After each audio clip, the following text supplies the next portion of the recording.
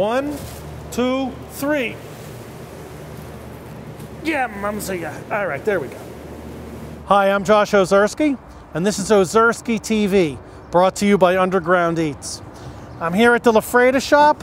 I'm gonna go in, we're gonna see Pat. This is gonna be unreal.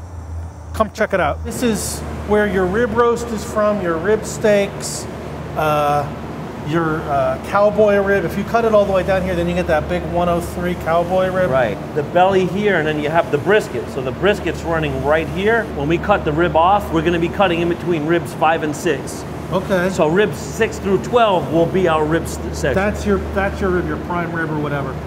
One that's very popular right now is the flat iron. So if you want to help me, we can get the flat iron out without having to cut through any bone or anything like that. Really? Yes. I get to help? Do I have a knife too? I don't know if we'll give you a knife, but you'll get hold of the meat for me. But what's funny, all right. What's funny about the front leg is that all of its weight is basically held up by the brisket and the front leg, right? There's no ball joint here to worry about. We can cut right through this with a knife and take off the front leg. What we'll do is just stand this up like this, and we'll get it a little bit closer to us. Right above the brisket, I'm gonna start to cut and find my seam. And you can see it there. And as soon as you start to cut into meat, you'll know that you're not in the right place. So that the leg, that's what we would call like the round or the no, the shin round would and be so from forth. the round would be from the hind. This is the chuck. We're cutting off the shoulder clod.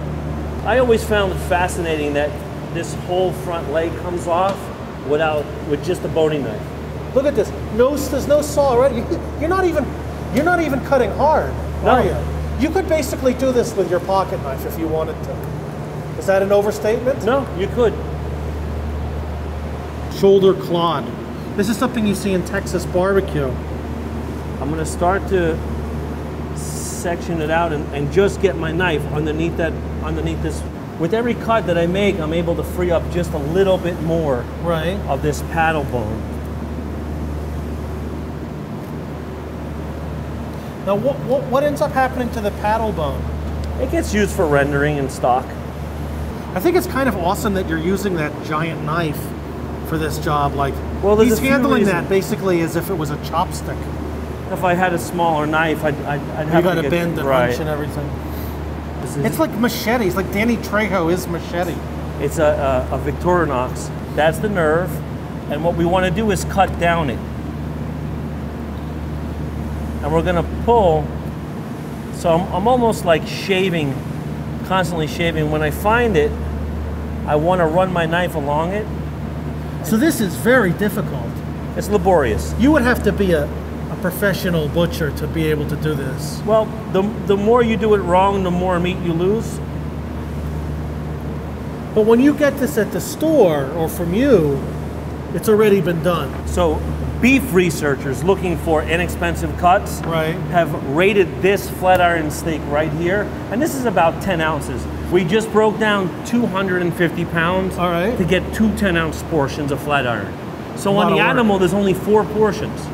A lot of work. You think it would be more expensive? It's a lot of work, but I like the idea that on the East Coast, we know what to do with this, whereas like more on the West Coast is in the tri-tips and other cuts.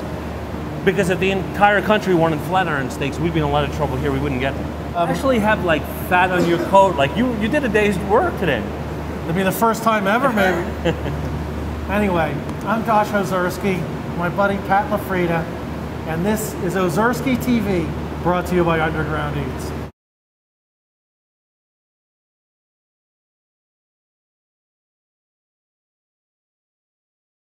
No, but I really do want to take these. Take, of course, things.